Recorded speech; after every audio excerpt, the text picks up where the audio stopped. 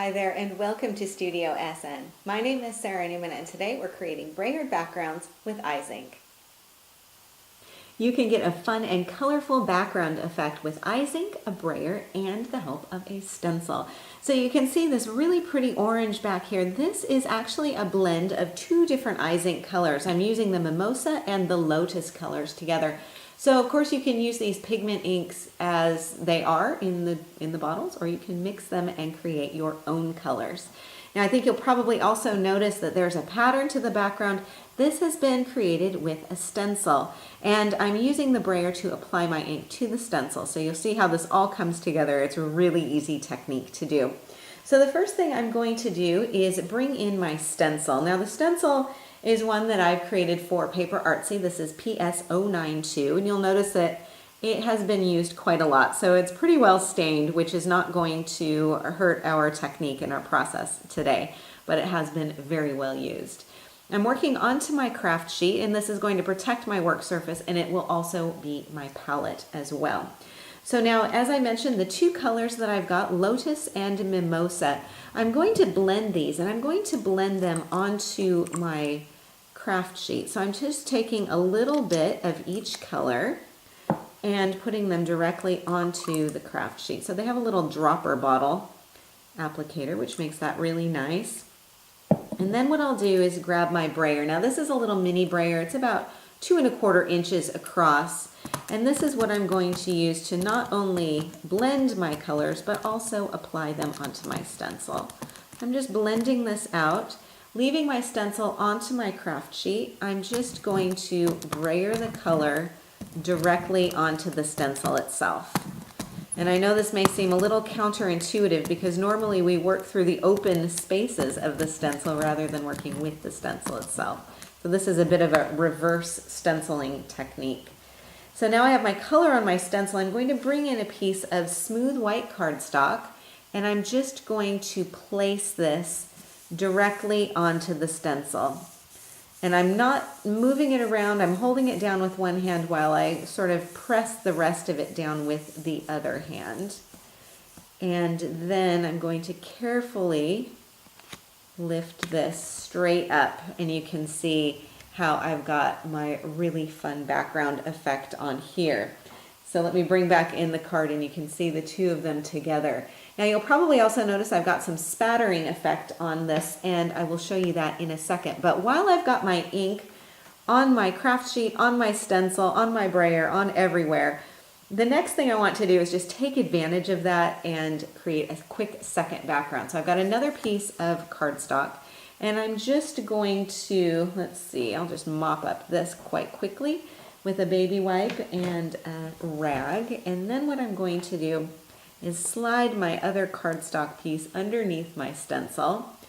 While I've got a baby wipe on hand, I'm just going to take this, holding down the stencil with one hand, and I'm just going to use that baby wipe to apply the ink through the stencil, as we might think of a more traditional use for a stencil and ink. And the baby wipe really does help to kind of blend that color out, also makes it a little bit easier to get into some of those areas of the stencil.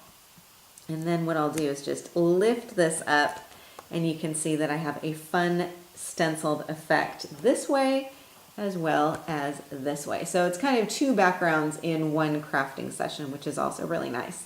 So now what I'll do is add a little bit of black ink to both of these backgrounds. So I'll clean up some of this ink left on my craft sheet. And then I'm going to bring in my black ink pad. And this is also from Aladine. This is the black ink. It's a dye ink. And I'm just going to squash this right onto my craft sheet. And I'm going to add a little bit of water. Just mist this right next to that square of black. And I'm going to use a water brush for this. Now you can also use a paintbrush if you want. This is the water brush that I reserve only for black ink because it can be really hard to get out of brushes. So I just have one that's reserved only for using black ink. So I've loaded up my brush, and I'll start with the first of my backgrounds. I'm just going to hold the brush perpendicular to my cardstock and tap this color on. And I'm not going to do a whole lot, but I just wanted to add another kind of layer of color and texture on here. So this is the first piece of cardstock, and then while I've got this one here, I've got all my ink and everything else, I may as well do the second one too. We'll just add a little bit of color to this as well. Then I just need to let these dry, and I am ready to move on to the rest of my card. So again, let me clean up some of this that I've got here on my craft sheet, and you can see the two of these together. So I've got a good start on my backgrounds. Now let's take a look at this background here, and again look at the original card, and you can see that I've simply used it as my background. Now the bird that I've got on here is a stamp, also from Aladine, and this is the Oiseau collection. Now my French is not very good, so I'm not quite positive of that pronunciation, but I think it is oiseau, which means, of course, birds. So this is filled with lots of really fun bird images that are perfect for stamping and coloring in. So again, I'm going to move these two aside, and I've got my little stamped bird here. I wanted to show you that you can also use the Izink to color in your stamped images. So again, still working with the same two colors, the mimosa and the lotus, and I'm going to work with a different brush this time, not the black one, but again a water brush. You could also use your regular paintbrush too. And I'm going to mix these two colors, keeping the little puddles separate, and then just paint this in. Now I stamped the image with just a plain black ink, and you could also do some heat setting with it if you wanted to.